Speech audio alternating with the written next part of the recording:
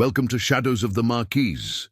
Shadows of the Marquis is a sanctuary for lovers of intense and dramatic historical romance. Here, you'll find narrated stories that explore arranged marriages, forbidden loves, secret passions, and the eternal struggle between duty and heart. With aristocratic settings, complex characters, and raw emotions, each video transports you to a world of luxury, secrets, and redemption, where disdain can turn into desire, and love has the power to change destinies. If you're passionate about Victorian dramas, Regency plots, and immersive narratives worthy of historical novels, this is the place for you.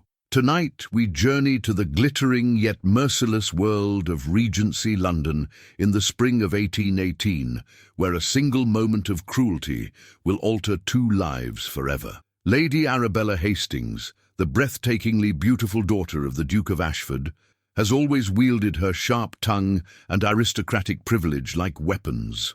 But when her carriage breaks down on a rain-soaked evening in Mayfair, she makes a catastrophic mistake. She mocks and humiliates the common coachman who comes to her aid, never suspecting that beneath the mud-splattered clothes and calloused hands stands Crown Prince Alexander of England himself, travelling incognito among his future subjects. 3 weeks later, when Arabella is presented at court for the marriage season, her blood runs cold. The man she called a filthy peasant now sits upon the throne, and his steel-grey eyes promise retribution. The prince doesn't want her apology. He doesn't want her money. He wants her complete surrender, on her knees before him, serving as his personal attendant as penance for her cruelty.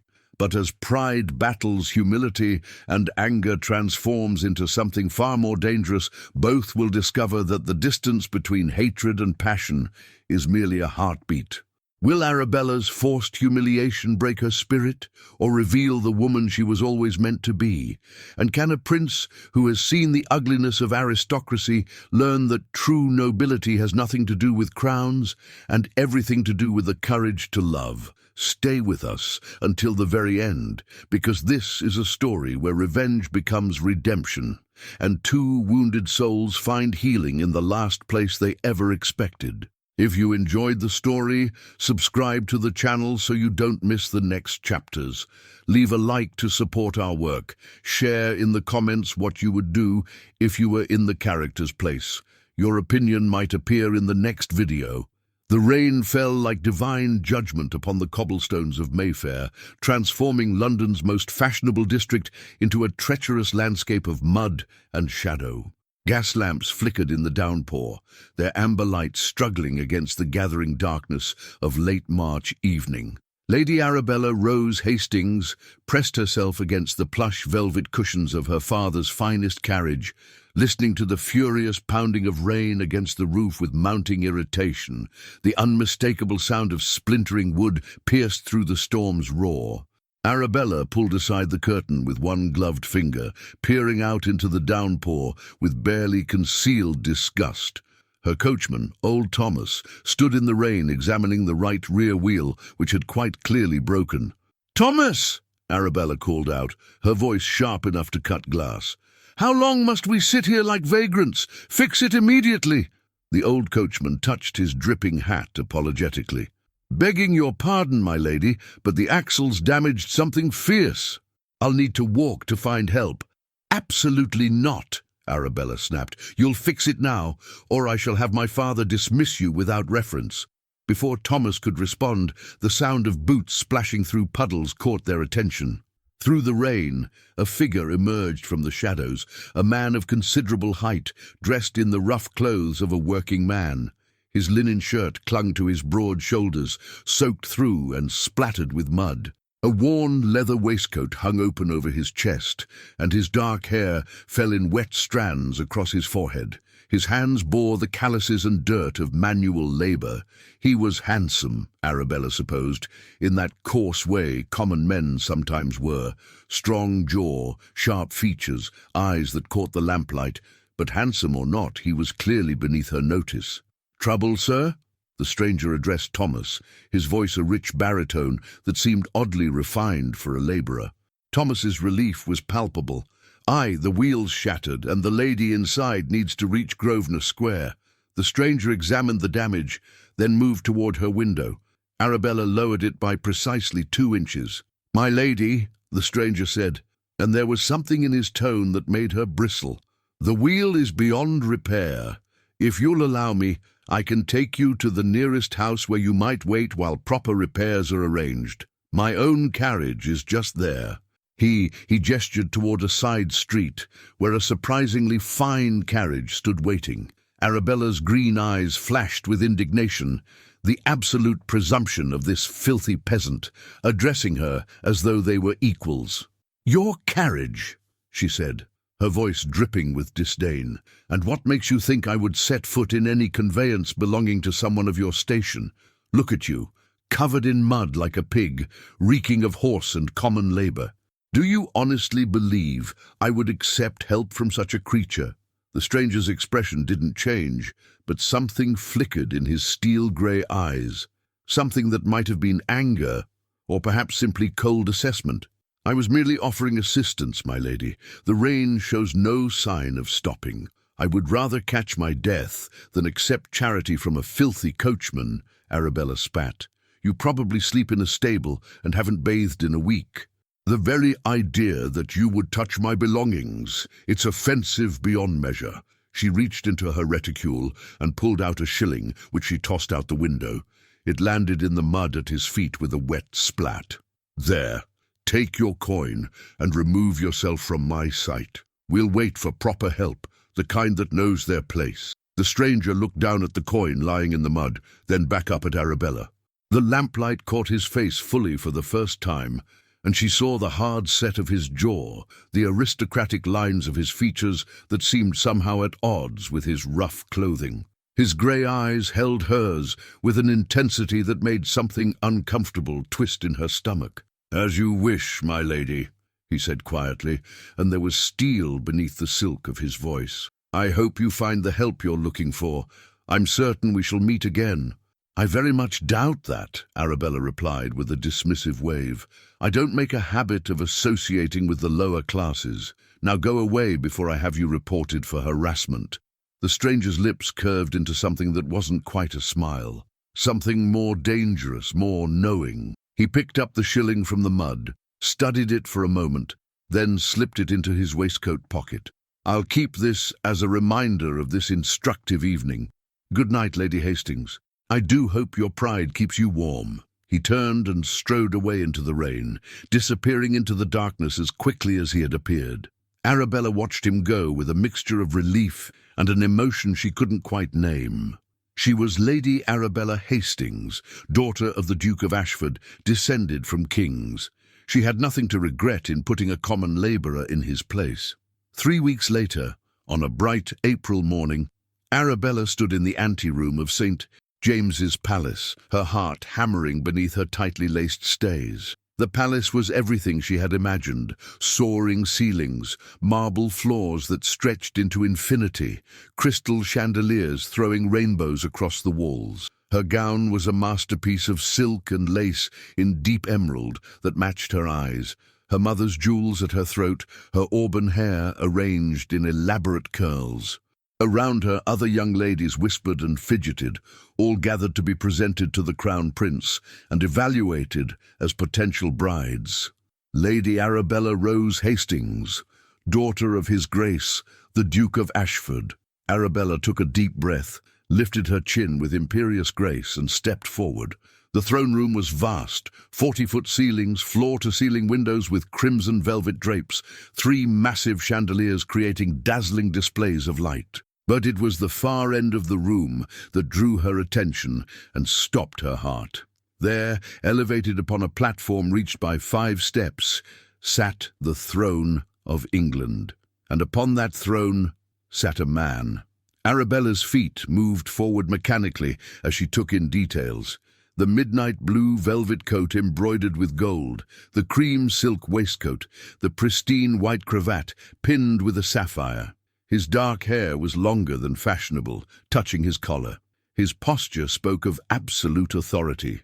But it was his face that made Arabella's blood turn to ice. Strong jawline, high cheekbones, aristocratic nose, a small scar through his left eyebrow, and eyes, steel-grey eyes that she had last seen looking up at her from the mud of a rain-soaked Mayfair street, filled with pity and disappointment as she threw a shilling at his feet. The coachman, the muddy labourer she had mocked and dismissed as beneath her notice. Crown Prince Alexander Edward Stuart. Oh God, what had she done? Arabella stumbled, nearly losing her footing, but training saved her. She reached the base of the throne and sank into the deep curtsy required by protocol, her skirts pooling around her. This was the moment when the prince would typically acknowledge her with a nod and dismiss her. But Prince Alexander said nothing. The silence stretched out, excruciating. Arabella's thighs burned from holding the curtsy. Still, he said nothing. Finally, unable to bear it, she dared to lift her eyes. The prince was regarding her with mild curiosity, his lips curved into something that might be called a smile, though there was no warmth in it, only the sharp edge of a blade hidden in velvet. "Lady Arabella Rose Hastings," he said, his voice carrying easily through the vast room. That rich baritone she remembered from the rain.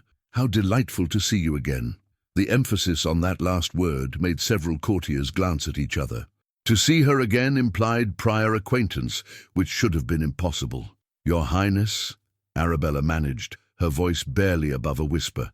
"You may rise," he said casually. Arabella pushed herself upward, but as she straightened, the prince spoke again. "Tell me, Lady Hastings, how have you been enjoying the season thus far? I trust you've encountered no further difficulties with broken carriages." The room seemed to hold its breath. Arabella felt heat flood her face. He was going to expose her. Here, in front of the entire court, he was going to tell them what she had done. I have been well, Your Highness," she stammered. "Thank you for your concern." "Concern," the prince repeated thoughtfully. "Yes, I suppose one might call it that, though I confess, Lady Hastings, I find myself somewhat puzzled. You see, I recently had an encounter with a young lady who seemed to have very strong opinions about the worthiness of those she deemed beneath her station. She was quite articulate in expressing her contempt for those who work with their hands, who smell of horses and honest labour. I've been wondering whether her views represent the general sentiment of our aristocracy, or whether she was merely an exceptional case." He leaned forward slightly. "What do you think, Lady Hastings? Do you believe that a person's worth can be determined solely by their birth?" The trap was exquisitely laid. If she said yes, she would be confirming her cruelty and prejudice. If she said no, she would be revealing herself as a hypocrite. Either way, she was condemned. Arabella's mind raced. She could feel every eye in the room upon her. "I believe, Your Highness," Arabella said slowly, "that I have been taught many things about station and propriety, but I am beginning to suspect that some of my education may have been incomplete." It wasn't an apology. She couldn't bring herself to that, not yet, not here, but it was an admission, an acknowledgement that perhaps her views had been wrong. The prince studied her for a long moment. Then, unexpectedly, he smiled. A real smile this time, though it carried something sharp beneath. "How remarkably honest, or perhaps merely strategic. I confess, Lady Hastings, I'm not entirely certain which, but I find myself intrigued. Most people, when confronted with their failings, choose to double down or deflect. You at least have the courage to admit the possibility of error." He leaned back. "I have a proposition for you. For the duration of the season, 3 months, you will serve as my personal attendant here at court. You will be at my beck and call, serving me refreshments and generally making yourself useful. You will do this publicly, so that all may see Lady Arabella Hastings brought low and made to serve." The gasps rippling through the throne room were audible. This was madness, social suicide. To be the prince's attendant was to be a servant. She would be a laughingstock. Every eligible gentleman would cross her off their list. "However," he continued, "if you complete these 3 months with grace and humility, without complaint, then at the end of the season I will personally sponsor your introduction to society as a lady of good character." You will have your choice of suitors, and your reputation will be beyond reproach. The personal favor of the crown prince was worth more than gold. It could elevate a family, open doors forever closed. So what say you, Lady Hastings? Will you accept my proposition? Will you humble yourself and serve, knowing that redemption lies on the other side of your pride? Arabella stood frozen. Every instinct screamed at her to refuse. But beneath the pride, something else stirred. A small voice that whispered this was exactly what she deserved. That this was an opportunity not for humiliation, but for transformation. And beneath even that was the awareness of his eyes on her, the memory of his disappointment, and the realization that his good opinion mattered more than the approval of a dozen shallow suitors. "I accept," Arabella heard herself say. "I will serve you, Your Highness, for 3 months. I will do so with humility and grace, and I will prove to you that I am capable of change." The prince's smile widened. "Excellent. Then let us begin immediately. You may attend me this afternoon during the diplomatic reception. You'll find appropriate attire in the servants' quarters. Thomas will show you where to go. I suggest you use the time to reflect upon how you arrived at this position. Consider it the first of many valuable lessons." Indeed, as Arabella was led away, she caught one last glimpse of Prince Alexander on his throne. He was watching her with an expression she couldn't quite read.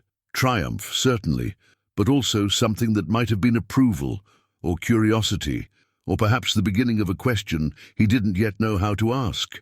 The servants' quarters were stark, grey stone walls, bare wood floors. Her assigned room was barely larger than a closet. A narrow bed with a thin blanket, a small wooden table with a wash basin, 1 chair and a trunk. One tiny window admitted grudging daylight. It was smaller than her dressing room at home. In the trunk lay the grey wool dress, high-necked, long-sleeved, completely plain. Beside it a white apron, simple black shoes, a cap to cover her hair. Arabella lifted the grey dress. The fabric was rough, nothing like the silks she was accustomed to. No boning, no trim, no attempt at beauty. It said clearly, "You are nothing special. You are a servant." Something hot gathered behind Arabella's eyes. She blinked furiously. She would not cry. Instead, she began to undress, removing the emerald silk that had taken 3 maids to fasten. Her mother's jewels came off, laid carefully in the trunk. The delicate slippers, the silk stockings, the petticoats, all stripped away until she stood in nothing but her chemise. The grey dress went on without ceremony. It hung loose, shapeless, unflattering. The white apron tied around her waist. The cap covered her elaborate curls. When Arabella looked at her reflection in the small, cracked mirror, she barely recognized herself. Gone was Lady Arabella Hastings, diamond of the season. In her place stood a grey shadow, a nobody. And perhaps, she thought with a pang that felt like grief, that was exactly the point. By the time she reached the diplomatic reception that afternoon, her hands were shaking. The state dining room was filled with ambassadors and nobles, crystal chandeliers casting rainbow light, long tables groaning with elaborate refreshments. At the head of the room stood Prince Alexander, speaking with the French ambassador. As Arabella approached, carrying a tray of champagne flutes, as instructed, she saw him glance in her direction. His grey eyes met hers, and something flickered, assessment perhaps, or curiosity about whether she would actually go through with this. Arabella lifted her chin and walked forward. She would not stumble. She would not show weakness. If he wanted humility, she would show him humility without broken pride. "Your Highness," she murmured, stopping at his elbow and offering the tray. Her voice was low, properly deferential. "Champagne." Prince Alexander turned to her, and up close she could see the fine lines at the corners of his eyes, the slight shadow of stubble along his jaw. He smelled of sandalwood and leather, expensive cologne, and something indefinably male. "Ah, Lady Hastings, or should I say simply Arabella, given your current position. Tell me, how are you finding your new quarters? Comfortable, I trust?" The French ambassador looked between them with confusion. It was highly irregular for a prince to address a servant by name. "The quarters are adequate, Your Highness," Arabella replied evenly, though her fingers tightened on the tray.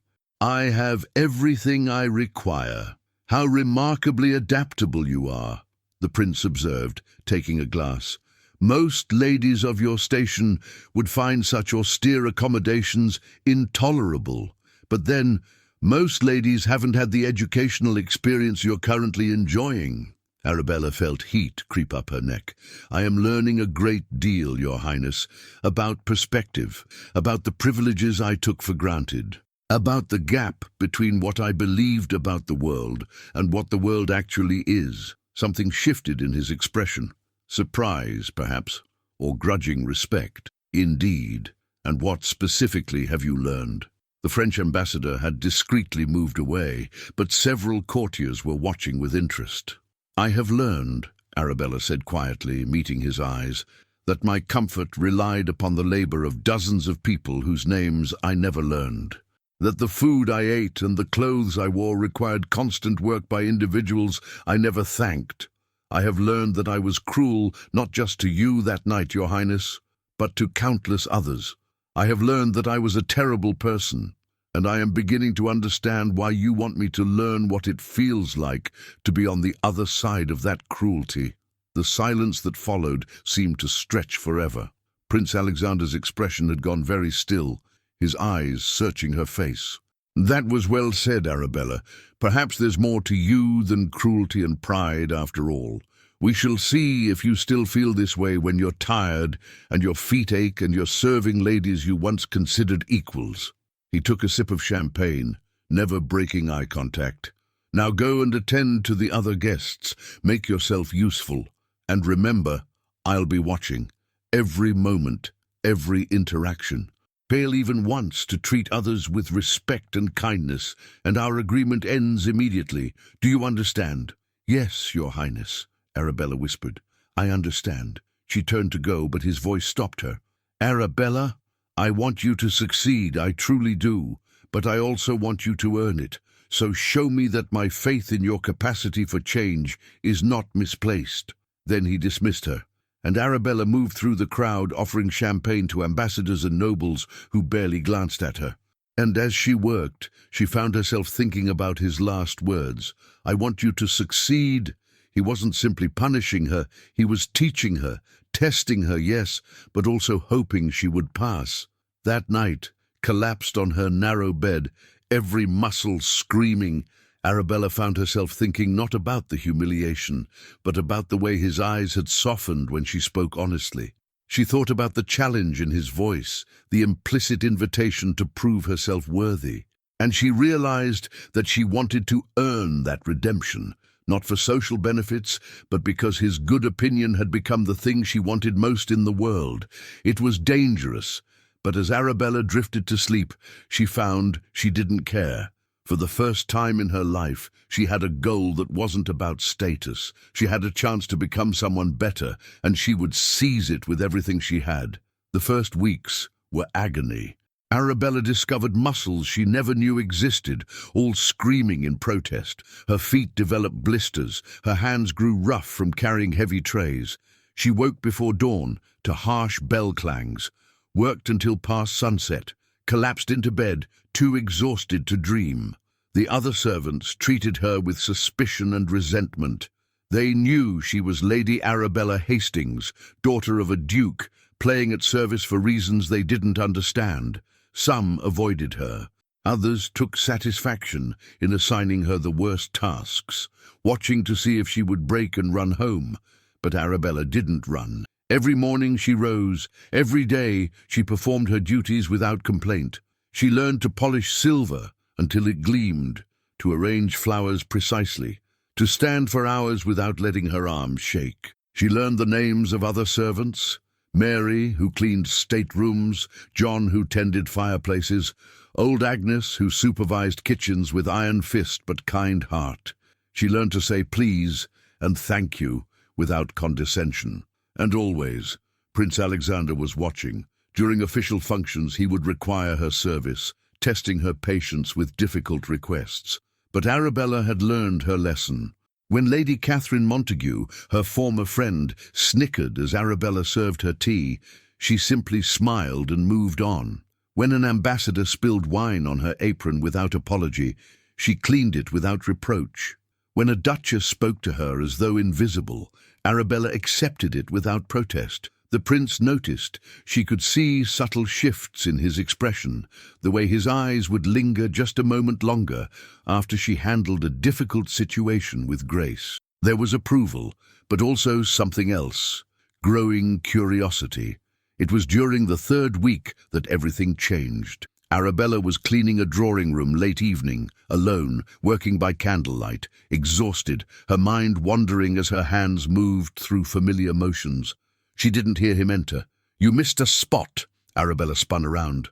Prince Alexander stood in the doorway, still in formal evening clothes but with cravat loosened and coat unbuttoned, looking less like a prince and more like a man, tired around the eyes, tension in his shoulders. "Your Highness," Arabella said, dropping into quick curtsy. "I apologize. I'll correct it immediately." "At ease, Arabella. I wasn't serious. The room is immaculate. I was merely testing you." He moved into the room. "You may continue your work. I didn't mean to interrupt." Arabella turned back to her task, but her hands shook, too aware of his presence. She could feel him watching as she dusted a porcelain figurine, wiped down the mantelpiece, straightened a crooked painting. The silence stretched, charged with unspoken questions. Finally, unable to bear it, Arabella spoke. "Your Highness, may I ask you something?" "You may ask, though I reserve the right not to answer." Arabella set down her cloth and turned to face him. In candlelight, his grey eyes were almost silver, his dark hair falling across his forehead. "Why did you do this? I understand the punishment. I deserved it. But you could have simply exposed me, ruined my reputation. Instead, you offered me redemption. Why?" Prince Alexander was quiet for a long moment, his gaze distant. When he spoke, his voice was softer than she had ever heard. "Because 3 years ago, I watched a stable boy at Windsor being beaten by one of my father's courtiers. The boy had failed to have a horse ready at precisely the demanded moment. Never mind that the courtier had changed plans without notice. He was 12, and he was being whipped for not reading the man's mind." He paused, jaw tightening. "I intervened, used my authority to stop it. But afterwards, when I asked the courtier why he felt justified beating a child, do you know what he said?" Arabella shook her head, transfixed. "He said, 'Your Highness, with respect, they're only servants. If we don't keep them in line, they forget their place.' As though that boy's pain was less real, less important than his momentary inconvenience. Prince Alexander moved to the window, looking out over dark gardens. "I realized then that I had been raised by people who fundamentally did not see servants as fully human. They were furniture with feelings, tools to be used and discarded. And I understood I was on a path to becoming just like them, a prince who would one day be king, surrounded by people I never truly saw." The boy's name was Thomas. He's still at Windsor, working in the stables. He has a wife now and a daughter. He dreams of saving enough to open his own smithy. I know this because I made it my business to know, to see the people who serve as people, not props. He turned back to face her, and there was something raw in his expression. "When I met you in the rain, I was traveling incognito to see my future subjects as they really are, and what I saw in you was everything I had come to despise about my class. That casual cruelty, that certainty of superiority, that inability to see anyone outside your circle as real. You represented everything I hate about the aristocracy I was born into." Arabella flinched, but didn't look away. "But I also saw something else. I saw fear beneath your cruelty. Someone performing a role she'd been taught, not necessarily someone who believed it with her whole heart. And I thought, perhaps foolishly, that if I could break through that performance, I might find someone capable of change, someone who could become a partner in the work I want to do as king, creating a more just society, breaking down barriers between classes, building an England where a stable boy and a duke's son have equal value as human beings." He took a step closer. So I gave you this chance, not just to punish you, but to test a theory, to see if someone raised as you were could learn to see differently. And you've surprised me. In 3 weeks, you've shown more growth than most achieve in a lifetime. You haven't just gone through motions, you've actually changed. I can see it in how you interact with servants, in how you carry yourself, in how you speak. You're not performing humility anymore. You're actually humble. Arabella felt tears gathering.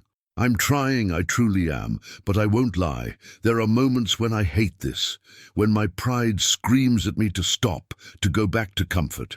I'm not some saint, I'm just trying to be better. I know, Prince Alexander said gently, and that's why you're succeeding. You're not pretending the struggle isn't real. You're facing it honestly, and choosing to push through anyway. That takes courage. He reached out, and his hand was beneath her chin, tilting her face up, so she had to meet his eyes. His touch was gentle but firm, his calloused fingers warm against her skin. This close, she could see the complexity of his eyes, silver and smoke and storm clouds swirled together. I'm proud of you. I want you to know that. You've earned it. The words broke something open inside Arabella, and tears finally spilled over. Not shame or humiliation this time, but relief, release of finally being seen for who she was trying to become.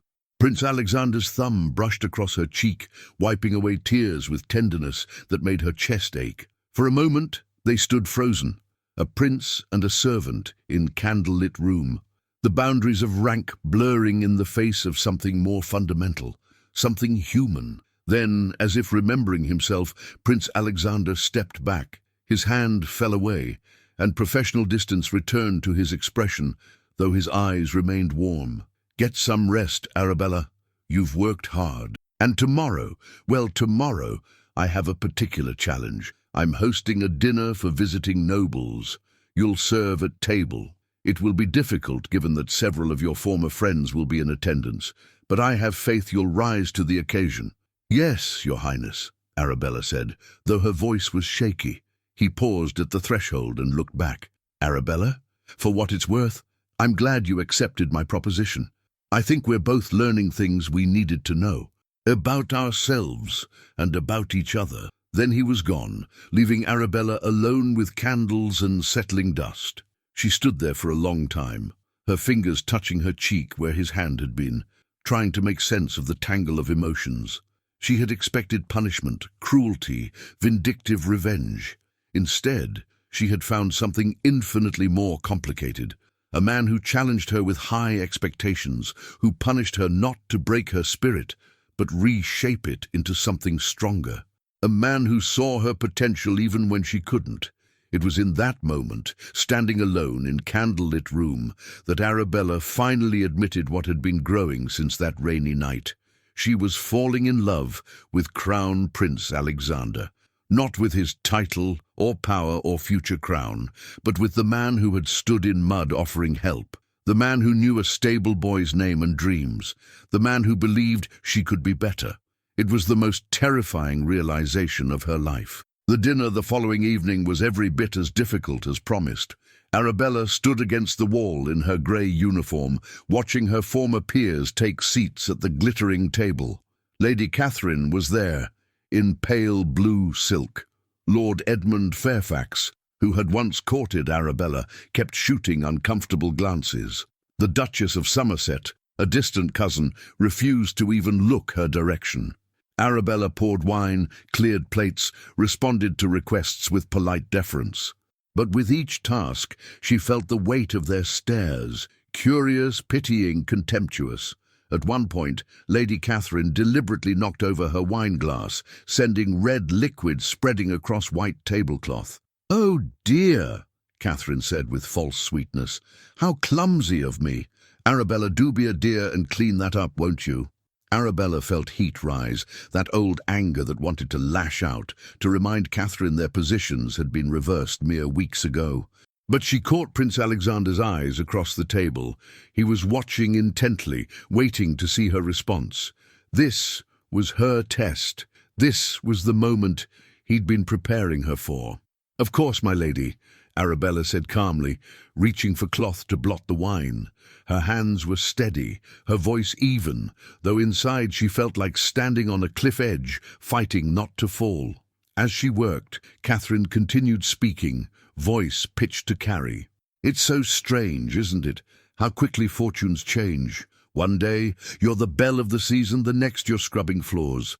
I wonder what Lady Arabella's dear mother thinks. The shame must be unbearable." Something in Arabella snapped, not toward anger, but toward clarity she had never experienced. She straightened, meeting Catherine's eyes directly.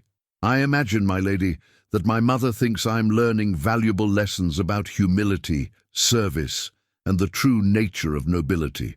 Lessons that will serve me better than the ability to navigate ballrooms or make cutting remarks. But perhaps you're right, that it's strange how quickly fortunes change. It makes one wonder how secure any of our positions really are, doesn't it?" The table fell silent. Catherine's face flushed red, caught between outrage and uncomfortable awareness. She'd been gently put in her place. Prince Alexander's lips twitched with amusement. "Wise words, Miss Hastings," he said, using the informal address deliberately. "It seems your education has been progressing remarkably well. Lady Catherine, perhaps you might benefit from similar lessons. I could easily arrange it." The threat, delivered with perfect politeness, hung in the air. Catherine paled, realizing she'd made a tactical error. "That won't be necessary, Your Highness. I meant no real offense." "Of course not," Prince Alexander said smoothly. "I'm certain Miss Hastings understands you were merely speaking without thinking, a common failing among those who have never considered consequences of their words. Fortunately, she's recently become quite skilled at forgiving such thoughtless cruelty. Haven't you, Miss Hastings?" His grey eyes found Arabella's across the table, and there was a question, a real one, not just rhetorical performance. He was asking if she could extend grace to someone who sought to humiliate her. Arabella thought about that night in rain, about the shilling in mud, about all the ways she had wounded people with casual cruelty. She thought about Thomas the stable boy, beaten for imaginary failing. She thought about all the servants whose names she'd never learned. "Yes, Your Highness," Arabella said quietly. "I've learned that holding on to resentment only poisons your own heart. Lady Catherine meant no harm. I'm certain she was simply surprised by circumstances. It takes time to adjust to seeing the world differently than we were taught." Prince Alexander's smile was warm enough to light the room. "Indeed it does. Perhaps we're all learning that lesson together." The dinner continued, but the atmosphere had shifted. Guests were more careful in addressing Arabella, more thoughtful in requests. Catherine remained silent, chastened, and Arabella moved through duties with quiet grace that had nothing to do with childhood deportment lessons and everything to do with hard-won humility. When evening finally ended and guests departed, Arabella was gathering empty glasses when she felt a presence behind her. Prince Alexander stood there, alone for once. "Walk with me," he said. Not quite command, not quite request. Arabella followed him through candle-lit corridors, past portraits of long-dead royals, until they reached a smaller drawing room lit only by moonlight streaming through tall windows. Prince Alexander stood before one window, hands clasped behind his back, profile sharp against pale light. "You handled that beautifully," he said without preamble. "Better than I hoped. When Catherine deliberately provoked you, I expected anger, justified anger. Instead, you chose grace. That's not something that can be taught. It has to come from somewhere deeper." "I had a good teacher," Arabella replied softly. Prince Alexander turned to look at her, and in moonlight his expression was unguarded, vulnerable. "I'm not your teacher. I'm barely managing to be decent myself. Do you know how angry I was that night in rain? How much I wanted to ruin you, to make you suffer as you'd made others suffer?" He laughed without humor. "I planned this elaborate revenge. I was going to humiliate you before court, destroy your reputation, make you an example. But then you surprised me." "How?" Arabella asked, moving closer. She could smell sandalwood, could see tired shadows beneath his eyes. "By being honest," he said, By admitting failings instead of making excuses, by choosing humility even when it cost you everything, by showing me people can change, that cruelty I see in my class isn't inevitable or immutable. You gave me hope, Arabella. And hope is dangerous, precious for a man who will one day rule.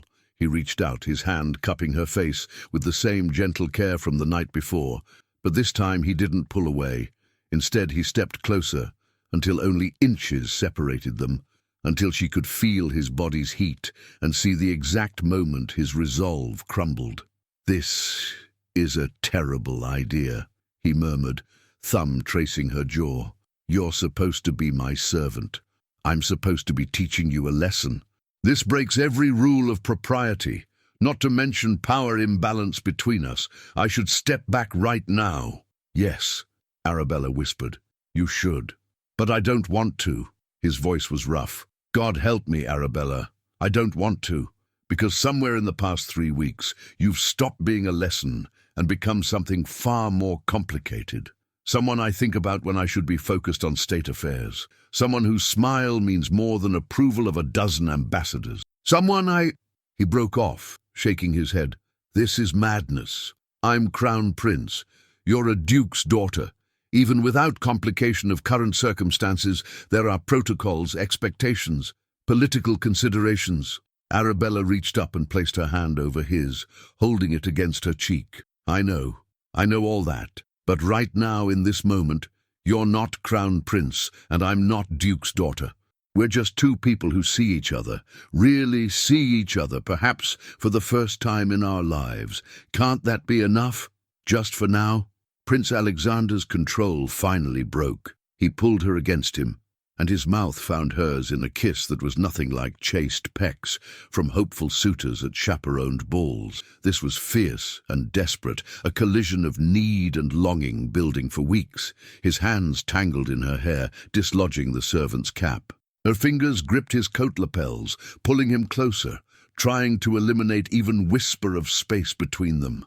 When they finally broke apart, both breathing hard, Prince Alexander rested his forehead against hers. "This changes everything. I know. Your 3 months aren't finished. I can't simply release you without it looking like favoritism, without undermining everything we've worked toward. You have to complete your service. Prove yourself, not just to me, but to everyone watching." "I know," Arabella repeated. She was trembling, but not from fear or cold, from sheer, overwhelming intensity of what she felt for this man who had seen the worst in her and still believed she could be better. "We have to be careful," he continued, hands still framing her face as though he couldn't bear to let go. "If anyone suspects there's something between us before your service is complete, they'll say I compromised the entire exercise. They'll claim I showed favoritism, that your redemption wasn't earned but bought with whatever this is between us. Then we'll be careful," Arabella said firmly. "I don't need favors from you, Alexander." His name on her lips made him close his eyes, as though hearing it caused physical pain. "Just hearing you say that, my name, not my title, it undoes me." "Good," Arabella said with a small, fierce smile. "You've been undoing me since that night in rain. It seems only fair I return the favor." He laughed, a real laugh that transformed his face from handsome to breathtaking. "Minx, how did I not see this side of you before?" "Because I didn't know this side existed," Arabella admitted. "You found it for me. Or perhaps you created it, I'm not sure which. But either way, I'm not the same person, and I don't want to go back to being her even if I could." Prince Alexander kissed her again, softer this time, tender where before he'd been desperate. When he pulled back, his eyes were serious. 2 more months. You finish your service with honor, proving to everyone you've earned redemption. And at the end, when I sponsor your reintroduction to society," he paused, gathering courage. "At the end, I'm going to court you properly, with all the protocol and public attention that entails. And then, if you'll have me, if you still feel for me what I feel for you, I'm going to ask your father for your hand."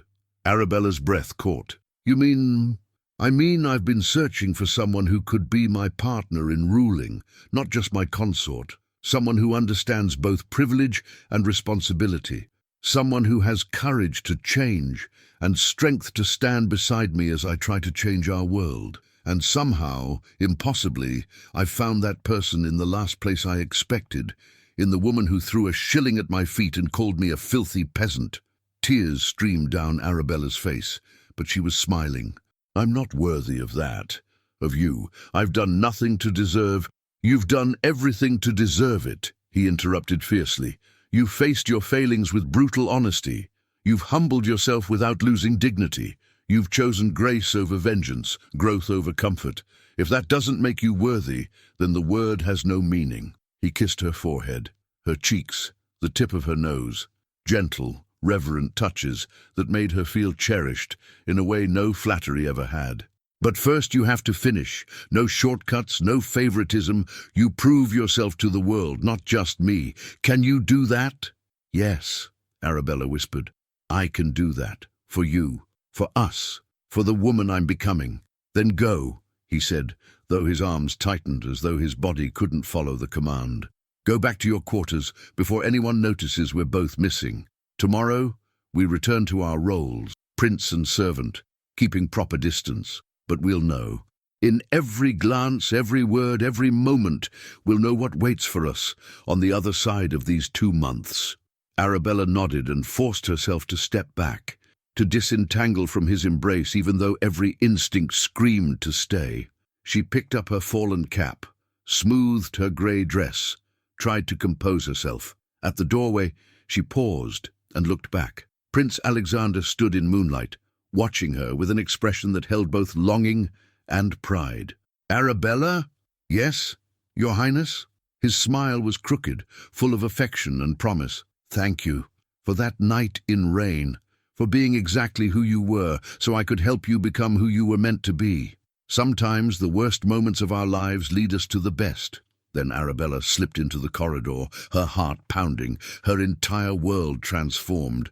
2 more months. 2 months of service, of proving herself, of maintaining careful distance, even while her heart sang with knowledge of what waited beyond. She could do it. She would do it. And at the end, she would stand before him not as servant or lady of society, but as herself, flawed and struggling and human, but trying every day to be better, trying every day to be worthy of the man who had seen her capacity for change before she had seen it herself. In her small grey room that night, Arabella sat on her narrow bed and thought about the journey that had brought her here. From cruel pride to forced humility to genuine grace, from thoughtless cruelty to conscious kindness, from seeing people as props to seeing them as fully human, and most improbably, from mocking a muddy coachman in rain to falling desperately in love with the crown prince he had actually been all along. It was, she thought with a smile that felt like sunrise, the most unlikely love story in the history of England. But then, the best love stories always were. The remaining 2 months passed in strange duality of public distance and private longing. In formal palace spaces, Arabella was the perfect servant. She moved with quiet efficiency, anticipated needs before they were voiced, treated every person with respect she'd never shown before. Prince Alexander maintained impeccable facade of professional distance. He addressed her as Miss Hastings when necessary, made no special accommodations, continued to test her patience with challenging assignments.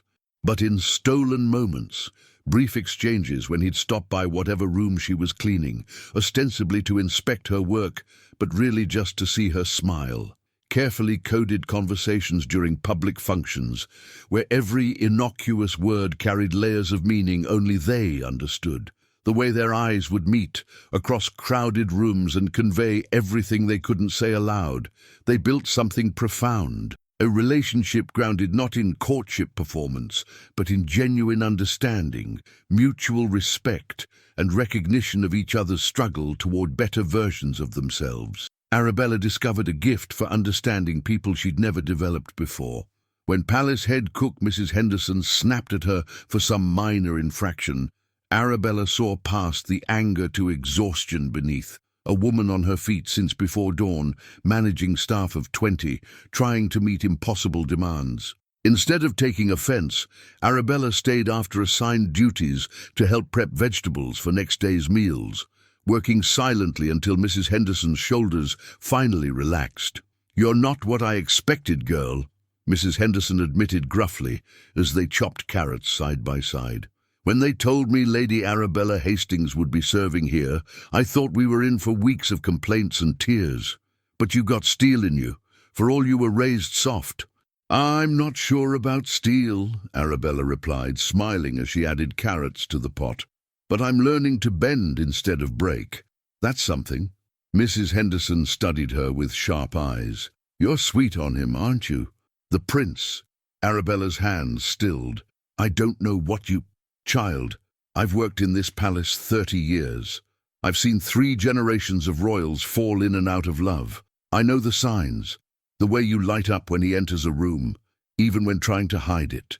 The way he watches you when he thinks no one's looking. The way you both move around each other like planets caught in each other's orbit." The cook's weathered face softened into something almost tender. "And I'll tell you something. I've never seen the prince look at anyone the way he looks at you. Like you're both the question and the answer. Like you make sense of something he's been trying to understand his whole life." Arabella's eyes filled with tears. "Is it that obvious? We've tried so hard to be careful. It's only obvious to someone who knows what to look for," Mrs. Henderson assured her. "Court gossips haven't caught on. They're too busy watching for scandalous behavior to notice genuine affection. But you should know the staff is rooting for you, girl. We've watched you transform from spoiled child into good-hearted woman. We've seen how hard you've worked, how much you've changed. And we see how good you are for him, how you challenge him, make him laugh, remind him why he's fighting so hard to change this rotten system from inside." She laid a warm hand over Arabella's. "Whatever comes next, you have friends here. Remember that." It was during an encounter with Thomas the stable boy, the same one whose beating had sparked Prince Alexander's crusade for justice, that Arabella truly understood how far she'd come. She was in palace stables late one afternoon, having been sent to ensure horses were properly settled. Thomas was there, brushing down a magnificent black stallion Arabella recognized as Prince Alexander's favorite. "That's Alexander's horse, isn't it? Midnight?" Thomas jumped, then relaxed, seeing just Arabella. Over past weeks, she'd made it a point to learn names of everyone she encountered. "Aye, miss. His Highness rode hard this morning, some diplomatic matter that had him troubled." Midnight needed extra attention. Arabella stepped closer, running her hand along the horse's gleaming flank. "You do beautiful work. I can tell how much you care for the animals." Thomas ducked his head, pleased but embarrassed. "They're good creatures, horses. Honest, in their way. Treat them well, they return it. Treat them poorly." He trailed off, young face clouding. "I've seen what happens when someone treats a living thing like property rather than partner. Whether horses or people, cruelty leaves marks." He said it without apparent awareness of his words' weight, but Arabella felt them like a blow. This boy knew about cruelty from personal experience, had felt the lash, been beaten for being powerless. And here he was, still gentle, still kind, still capable of love and careful work, despite everything done to him. "Thomas," Arabella said softly, "may I tell you something? It's not an excuse, and it doesn't change anything, but I want you to know.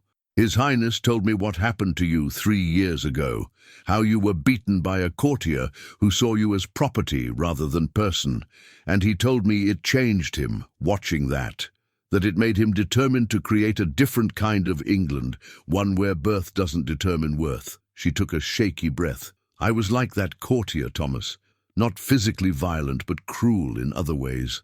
I treated people like you as though they were invisible, as though their feelings and dreams didn't matter. And I'm so desperately sorry. Sorry for every person I hurt with my thoughtlessness, my cruelty, my absolute certainty I was better than everyone around me." Thomas set down his brush, really looking at her now. "You're that lady, aren't you? The one who threw a coin at His Highness in the rain, back when he was traveling in disguise." "Yes," Arabella whispered.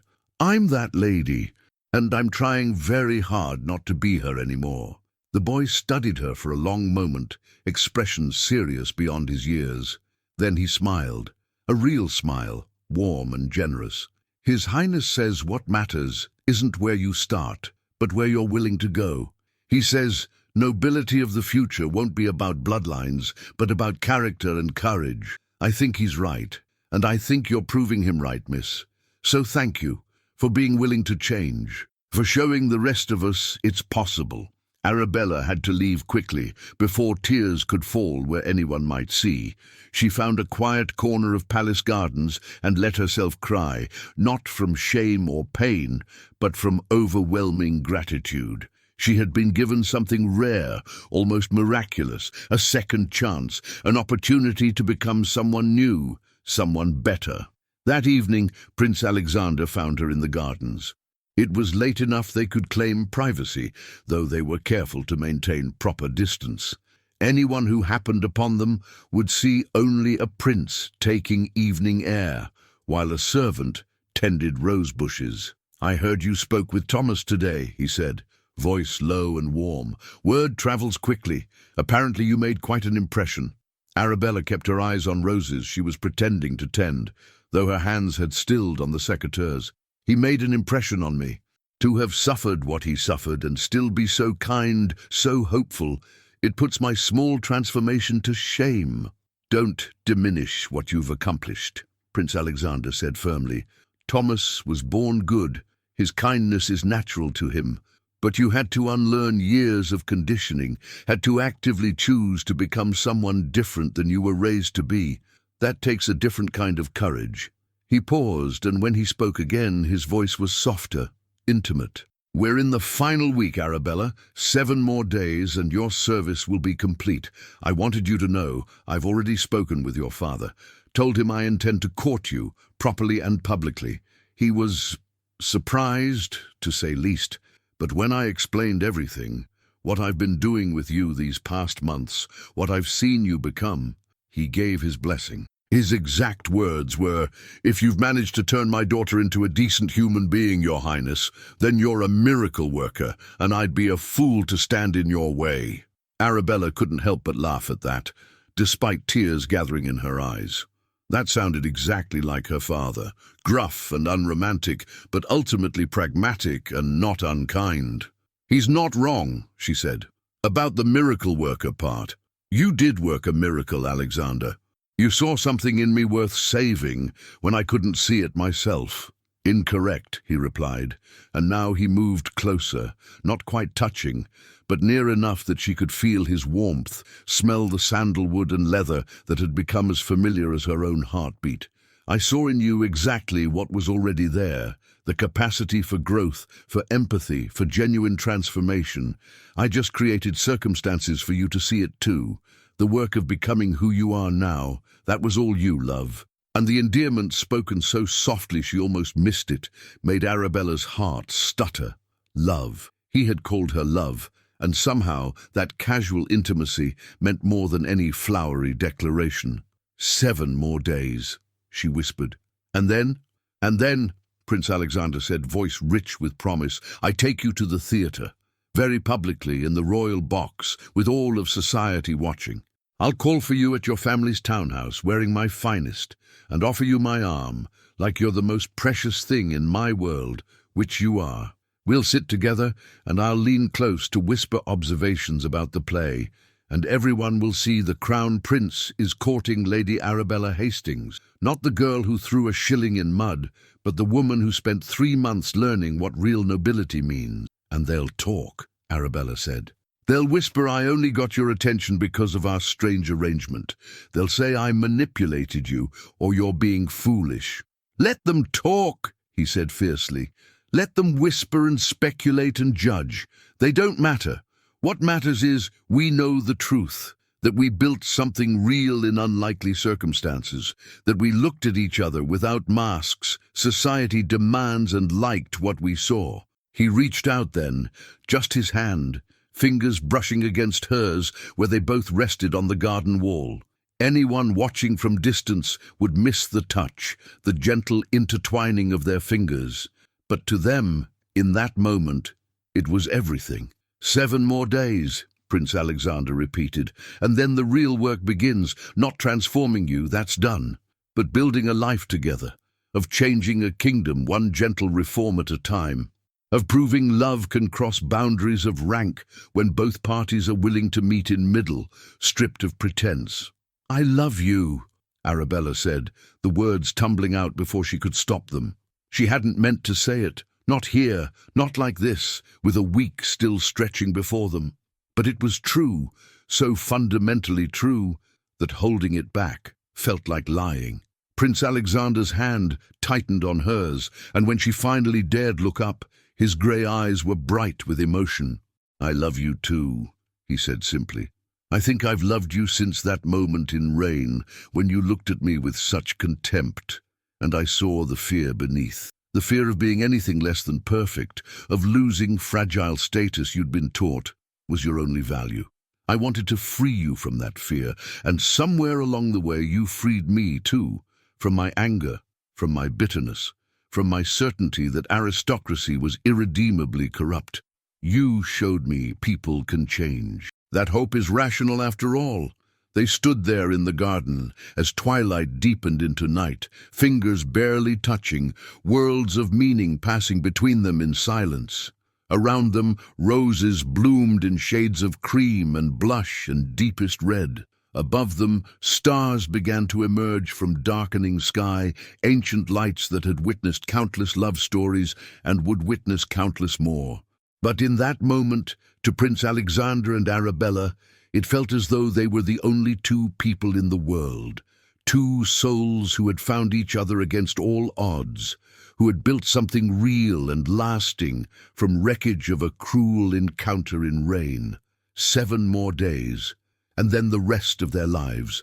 The final day of Arabella's service dawned clear and bright, a perfect June morning that seemed designed by Providence itself. She woke early, as had become habit, and dressed in her grey wool uniform for the last time. Tonight she would pack these clothes away, not throw them away, she had decided, but keep them as reminder of where she had been and how far she'd come. The day's duties were light. Prince Alexander had arranged it so, though subtly enough that no one could accuse him of favoritism. She had only to attend a small morning reception, serve tea to a few visiting dignitaries, and then her 3 months would be officially complete. The palace was buzzing with barely suppressed excitement. Everyone knew today was the day. The servants whispered as she passed, offering smiles and encouragement. Even the stern steward gave her an approving nod. The reception itself was small, just a dozen guests, mostly minor nobles and a few departing ambassadors. Prince Alexander was the perfect host, charming and attentive, moving through the room with practiced ease.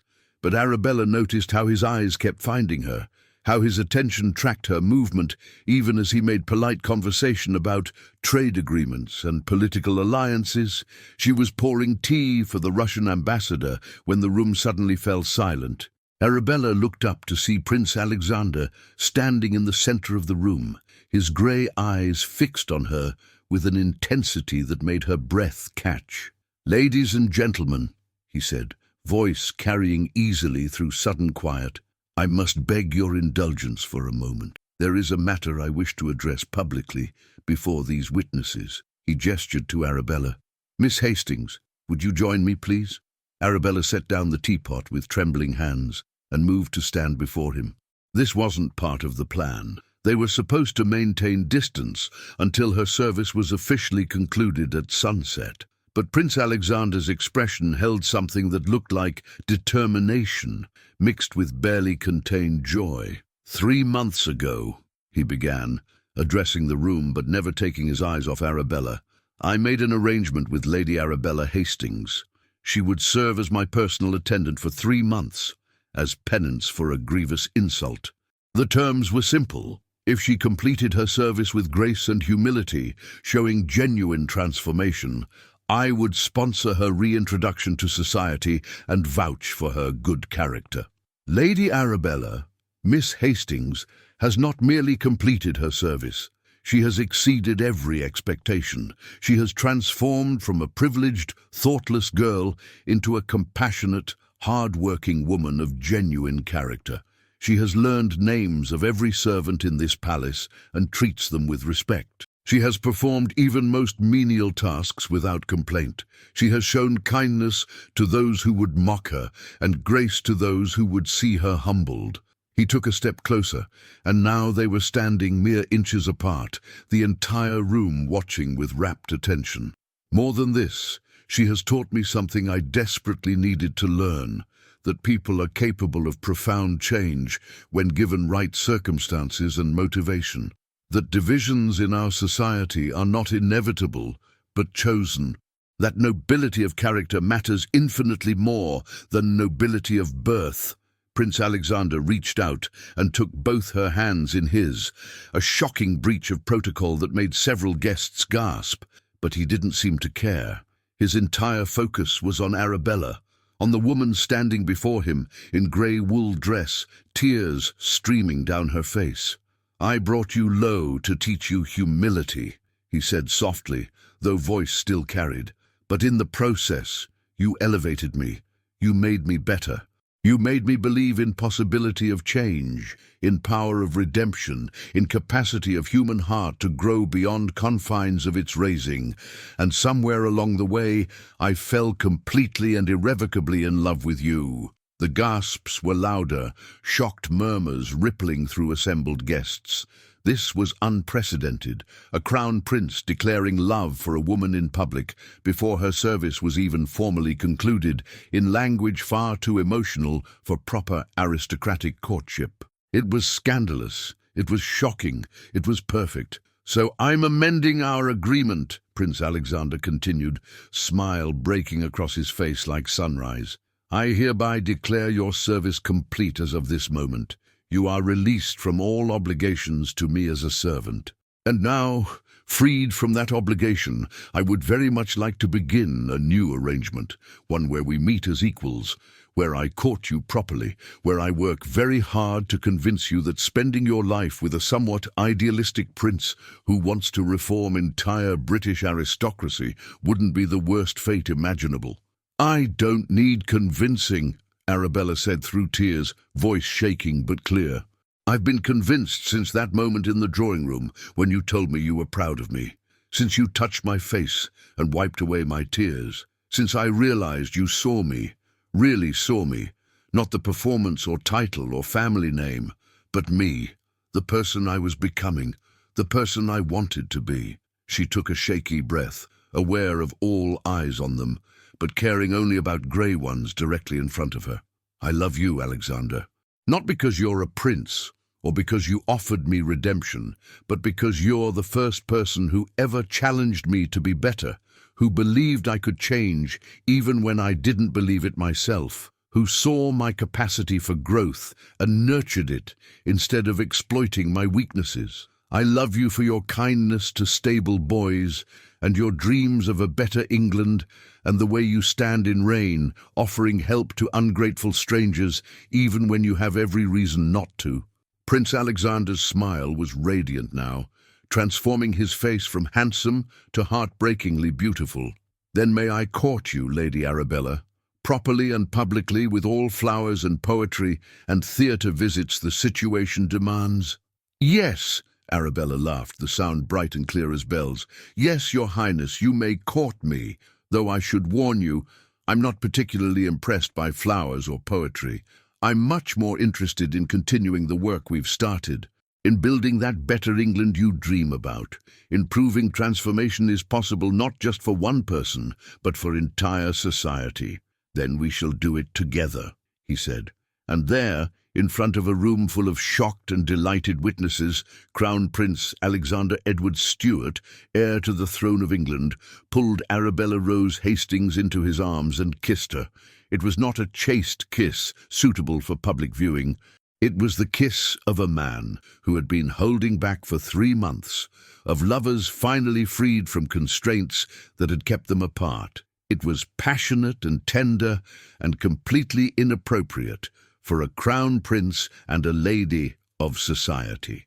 It was also, Arabella thought as she wound her arms around his neck and kissed him back with everything she had. Absolutely perfect. When they finally broke apart, both breathing hard, the room erupted. Some guests were applauding, others talking excitedly, a few already calculating social implications. But the Russian ambassador, a white-haired gentleman with twinkling eyes, stepped forward and bowed to them both. "Your Highness, Lady Arabella, may I be first to offer congratulations. In my many years of diplomatic service, I have witnessed countless aristocratic courtships. Most are calculated affairs, marriages of convenience and political necessity. But what I have seen today, this is something different. This is genuine. This is the kind of love that changes kingdoms." He raised his teacup in toast. "To the future of England. May it be as brave, as honest, and as transformative as the love that will guide it." The room echoed with toasts and congratulations. Prince Alexander pulled Arabella close to his side, his arm around her waist in gesture of unmistakable possession and pride. And Arabella, who had spent her entire life believing her value lay in beauty and family name, discovered that being valued for character, growth, and genuine self was infinitely more satisfying than any shallow admiration. "Come," Prince Alexander said, voice warm in her ear. "Let's walk in the gardens. We have a great deal to discuss about our future, and I find I'm rather tired of having an audience." They slipped away together, leaving behind a room full of excited gossips who would ensure that by evening all of London would know the Crown Prince had declared his love for the woman who had once mocked him in rain. In the gardens, surrounded by roses in full bloom, Prince Alexander stopped and turned to face Arabella. He took both her hands, expression suddenly serious. "I meant what I said in there, about changing England, about building something better. It won't be easy. There will be resistance from the old guard, people who benefit from current system and have no desire to see it change. And as my wife," he paused, correcting himself, "if you agree to become my wife, which I very much hope you will, you'll be at center of that struggle. You'll face criticism, mockery, perhaps even danger. People will point to your past, to the person you were, and use it as ammunition against us." "Let them," Arabella said fiercely. "I'm not ashamed of who I was, Alexander, because who I was led me to who I am. And who I am is someone who understands both sides, the privilege and the service, the aristocracy and the working people. Someone who can speak to your noble critics about value of reform because I've lived the transformation myself. Someone who can stand beside you as you try to build a more just world because I know firsthand how desperately it's needed." She stepped closer, rising on toes so she could look him directly in eyes.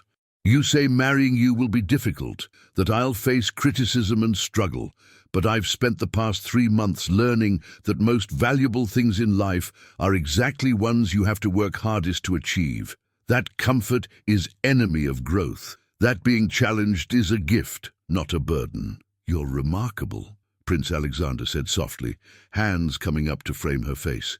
"Do you know that? Absolutely remarkable. How did I get so lucky as to find you?" "You got lucky because you stood in rain offering help to a stranger," Arabella replied. "Because you chose kindness even when met with cruelty. Because you believe in redemption and transformation and capacity of people to be better than they are. That's not luck, Alexander. That's who you are. Someone who creates conditions for people to grow. Someone who gives them space and support they need to become their best selves." She smiled up at him.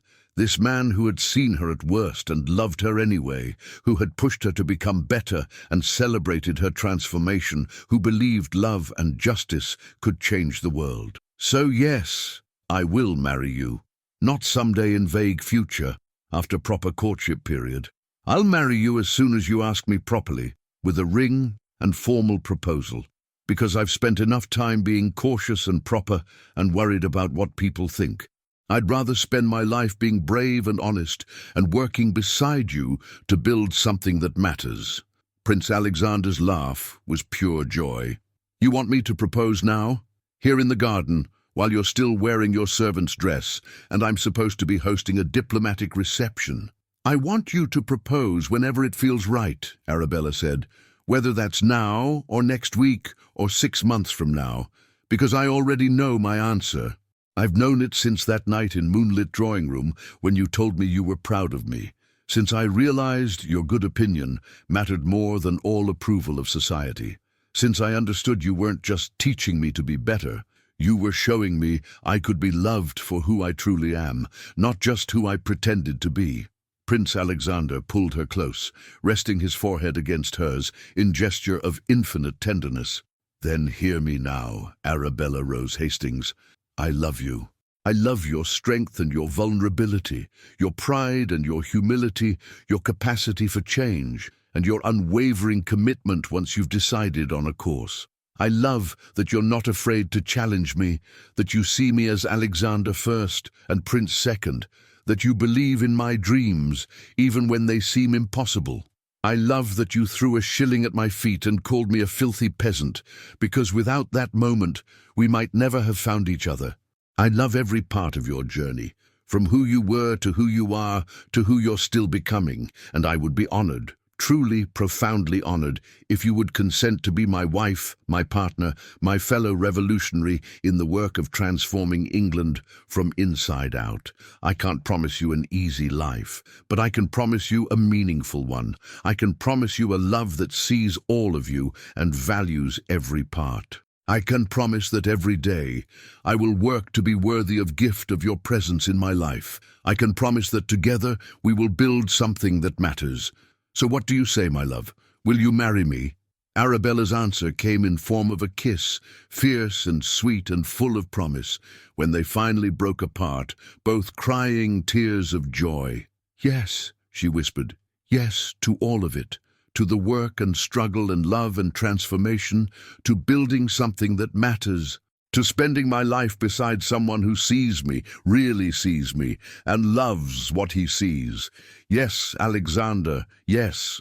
And there in gardens of St. James's Palace, surrounded by roses that had witnessed quiet growth of their love, they held each other and dreamed of the future they would build together, a future where a woman who had learned humility could teach others value of genuine nobility, where a prince who believed in justice could reshape a kingdom with love as guide, where two people who had met in cruelty and rain could build something beautiful out of wreckage of pride and foundation of genuine transformation. The wedding took place 3 months later, in autumn, when leaves turned gold and air carried crisp promise of change. It was a grand affair, as befitted a crown prince, but with notable differences from traditional royal weddings. The ceremony included not just nobles and foreign dignitaries, but also a significant number of common people, servants from palace, workers from royal estates, representatives from across England, chosen not for titles, but for character and contributions to their communities. Mrs. Henderson sat in front row, dabbing at eyes with handkerchief. Beside her sat Thomas the stable boy, wearing finest clothes and grinning from ear to ear. Throughout palace staff, old and new servants whispered this was beginning of something new, a reign that would remember them, see them, value them as human beings rather than convenient furniture. Arabella's dress was a masterpiece of simplicity and elegance. White silk and lace, beautiful but not ostentatious, a gown that spoke of grace rather than grandeur. In her hair, instead of tiara, she wore a simple crown of roses, white ones for new beginnings, red ones for love, and one grey bloom, preserved from palace gardens, as reminder of where she had begun her journey. When Prince Alexander saw her walking down aisle, his eyes filled with tears, not tears of formal sentiment but genuine emotion, raw, overwhelming joy of a man who had found his partner, his equal, his love. And when they exchanged vows before assembled witnesses, every word was laden with weight of all they had been through together, all they had learned, all they had become. I, Alexander, take you, Arabella, to be my wife, the prince said, voice steady but thick with emotion. I promise to challenge you when you need challenging, to support you when you need support, and to see you always as you truly are, Not performance, not title, but the woman whose courage and capacity for change taught me hope is rational and love is revolutionary. I promise to build with you a life of meaning, a partnership of equals, and a legacy that values people over position. I, Arabella, take you, Alexander, to be my husband, she replied, voice clear and strong. I promise to stand beside you in work of transformation, of ourselves, of our society, of our world. I promise to never let you forget why you began this work, to challenge you when you're wrong, to celebrate you when you're right, and to love you through all of it. I promise to be your partner in building something that matters, and to never again take for granted humanity of those around us or privilege of being seen and loved for who we truly are.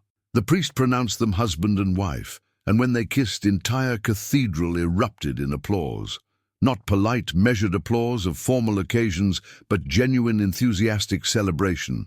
People were on feet, cheering as Crown Prince and his new princess turned to face them, not as superior beings to be worshipped, but as fellow humans who had found love and purpose in unlikely circumstances. The celebration that followed lasted 3 days, with festivities that included not just formal balls and state dinners, but also public gatherings where common people were invited to celebrate alongside aristocracy. Prince Alexander had insisted on it, wanting their wedding to symbolize the kind of England they hoped to build, one where joy was shared, where divisions were bridged, where humanity mattered more than hierarchy. On final night of celebration, Arabella and Alexander slipped away from formal events and returned to gardens where he had proposed. They stood together in moonlight, surrounded by late-blooming roses, and reflected on improbable journey that had brought them to this moment. "Do you ever think about that night in rain?" Arabella asked, leaning against her husband's chest as his arms wrapped around her from behind. "About how close we came to never having this, if you had simply accepted my cruelty and walked away. If you hadn't decided to teach me a lesson, we might have passed like ships in night, never knowing what we could have been to each other." "I think about it often," Alexander admitted, "and I'm grateful for every terrible moment of it, because it gave us something shallow courtship never could. It gave us truth. We saw each other at worst and best. We built our love on foundation of genuine transformation rather than pleasant pretense. And that foundation will hold, Arabella. Through whatever challenges come, through all work ahead, our love will hold because it's rooted in something real." Arabella turned in his arms so she could look up at his face, illuminated by moonlight and soft glow of lanterns hung in garden trees. "We're going to change England, aren't we? Not overnight, not without struggle, but gradually, persistently, with love as guide and justice as goal." "We're going to try," Alexander replied. "And even if we don't succeed in all our aims, even if progress is slower than we hope, we'll have built something worth building. We'll have shown people transformation is possible, that love can cross boundaries, that nobility is about character rather than birth. And perhaps that will inspire others to continue work long after we're gone. That's all any of us can do," Arabella said softly. "Plant seeds, nurture growth, and trust that what we build with love will endure. You taught me that. When you gave me those 3 months to transform, you weren't just changing me, you were showing me how change happens. Gradually, with challenge and support, with high expectations and genuine care. That's how we'll change England too. One person at a time, one reform at a time, one act of kindness and justice at a time." Alexander kissed the top of her head, breathing in scent of her hair, roses that surrounded them, autumn air that promised both endings and beginnings. "I love you, Arabella. Not despite your journey, but because of it, because you had courage to change, humility to accept you needed to, and strength to follow through even when it was hard. You're my partner, my equal, my love. And together, we're going to do remarkable things." "We already have," Arabella replied, rising on toes to kiss him. "We've proven love can grow from stranger soil, that redemption is real, that people can change. That's already remarkable, Alexander. Everything else is just building on that foundation." Lies, and there, in gardens of Windsor Castle where roses bloomed and moonlight painted everything silver, Crown Prince and his princess held each other and dreamed of future they would build together. A future where every person was seen and valued, where transformation was celebrated rather than punished, where love, genuine, hard-won, built on truth rather than pretense, could change not just individual hearts, but entire kingdoms. It was kind of future worth fighting for, kind of love worth celebrating, kind of story worth telling to future generations, so they would know change is always possible, that redemption is always available, and that distance between cruelty and compassion, between pride and humility, between hatred and love, is merely a choice that must be made again and again, day after day, with courage and conviction and faith in possibility of becoming better than we are. And so, as autumn night deepened and stars wheeled overhead, as servants cleaned remnants of celebration and nobles retired to comfortable beds, as all of England slept secure in knowledge their future king had found not just a wife, but true partner, Arabella and Alexander remained in garden, holding each other and speaking in whispers about work ahead. Tomorrow they would begin that work in earnest. Tomorrow there would be meetings and reforms to propose and resistance to overcome. Tomorrow real challenge would begin, but tonight was for them. For love they had built from cruelty and rain and 3 months of transformative service. For partnership they had forged in fires of genuine growth. For future they would create together, one choice at a time, one reform at a time, one act of love at a time. And as they finally made their way back to Palace, hand in hand, they carried with them knowledge that their love story would become legend, not because it was easy or conventional, but because it was real, because it proved even cruelest beginning could lead to most beautiful ending. Because it showed that when two people are willing to see each other truly, to challenge and support, and grow together, they can create something that transcends rank and status and all petty divisions society tries to enforce. They had begun in rain and cruelty and shilling thrown in mud. They had continued through humiliation and service and gradual transformation. They were ending, or rather beginning anew, in love and partnership and shared purpose. It was, Arabella thought, as they climbed steps to Palace that would one day be their home, a journey worth taking.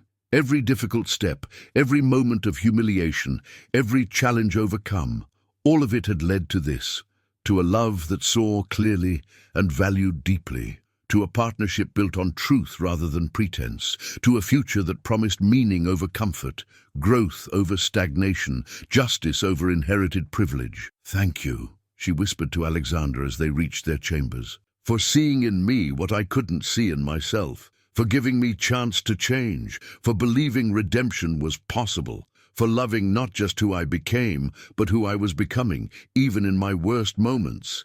"Thank you," Alexander replied, cupping her face in his hands with infinite tenderness, "for having courage to change, for choosing growth over comfort, for becoming a partner I could build future with, for loving me not for my crown, but for my dreams, for proving hope is rational and transformation is real."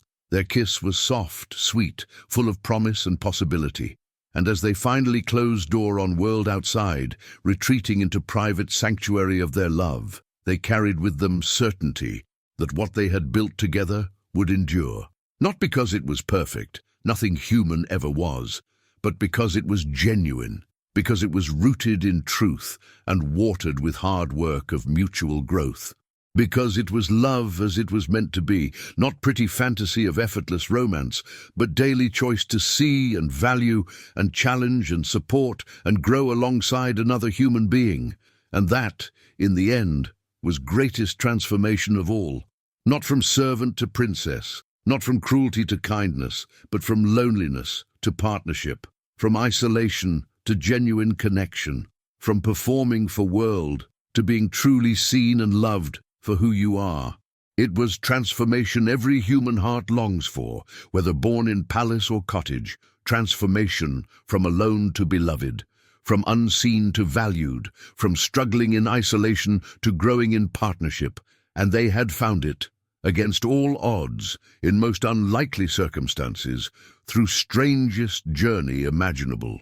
They had found it in each other, and they would hold on to it, nurture it, build upon it for all years to come.